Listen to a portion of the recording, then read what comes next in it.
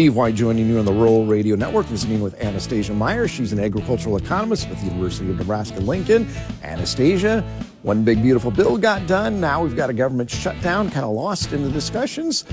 We never actually passed a full farm bill yet, did we? Nope, we are still waiting for that full farm bill. You'll hear a lot of people talking about that dairy cliff, and that's at the end of the year. So I think there will be a huge push at the end of the year to try and get something passed, yes. Because there are essentially some World War II era policies that if nothing gets done, things kind of revert back to that in some categories. Is that right? Yep. So right now, yes, we have a skinny farm bill. We have a little bit of it. But if we don't get the full thing passed, and really it's about one sentence that needs to be in something that says, if we don't pass this, the prices revert back to early 1900 prices. Yeah. And I don't think they will let that happen. So I think we'll get something. But right now we do have support for the commodity programs, crop insurance. We're waiting on some clarification on some different things. There's a lot going on regarding lawsuits, regarding tariffs and everything else.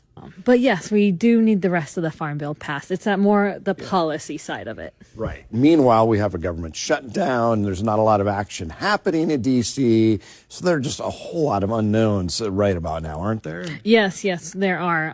The FSA offices are reopening in a limited capacity. What that all entails, I think we're going to be seeing some loan support and some potential program payments going out, but there's a lot of uncertainty going on right now. Yes. Meanwhile, there's talk of, do we need to have some sort of a trade aid package? And we hear kind of mixed signals coming out of D.C. on that as well. Yes, we do. There's a lot of talk right now on these tariffs payments, and we can't bank on them until we actually see them in our bank accounts. But right now, there's a lot of talk right now if those tariffs are legal, if they can even be made.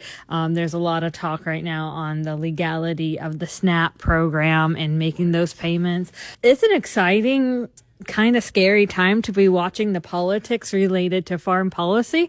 If you like it, you're watching the headlines right now because it's changing every day. Yeah, I saw something a while back about during the last presidential election was like the first time that farm policy had been mentioned in generations. Mm-hmm. So somebody who's an agricultural economist who pays attention to this policy stuff, on one hand, it gives you lots of things professionally to be looking at. But if you're an actual producer out there, as you're saying, there's a lot of volatility that kind of makes things a little scary. Yes, there is. China's starting to buy some soybeans right now. So we'll see what that does. There's this discussion with the beef markets importing beef.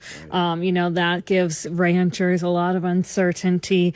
At the end of the day, we want to be able to sell our product at a fair price. We would much rather not get any kind of payments. So we'll see. Hopefully the trades come back and prices return to fair market value. Yeah.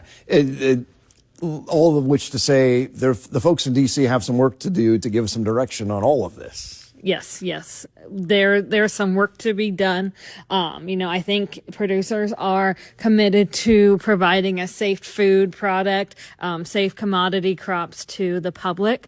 But there is work to be done in the government, and we need to open up for it to happen. I think we're looking at the longest shutdown either today or tomorrow. Yeah. And you mentioned things, even if some of these things would start to transpire, by the time if there was an aid package that would get in anybody's bank account, or if we do send some soybeans, there's some questions about when will those soybeans actually move, and the kind of the time before any of that actually impacts somebody's bottom line, it seems like it's going to be a while. Yep. So government payments that we usually talk about are always a year late.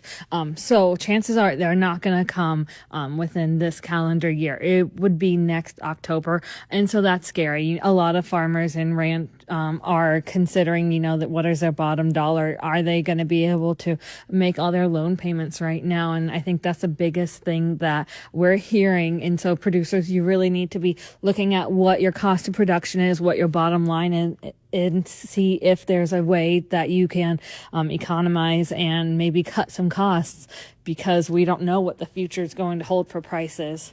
I just talked to a banker yesterday, and he was saying that there's a lot of uncertainty as kind of head into loan renewal time, and that's not necessarily a sentiment we want to be hearing. No, it's not. I think depending on where you are in the state, I've been hearing some really good yields, and that is a blessing. I think that's going to make a huge difference for some people, but not everybody in the state of Nebraska were blessed with those good yields. And so, yeah, it could be a very, very scary time when it comes to loan renewals.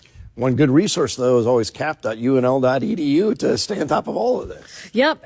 You can join our newsletter. We have webinars every single Thursday, and we've really tried to be proactive on a lot of the topics. Yes, some things we are reactive, but the cool thing about our program is most of us are farmers and ranchers too, and so we have skin in the game, and we understand what producers are facing within the state of Nebraska. That's Anastasia Meyer of the University of Nebraska. You're listening to the Rural Radio Network.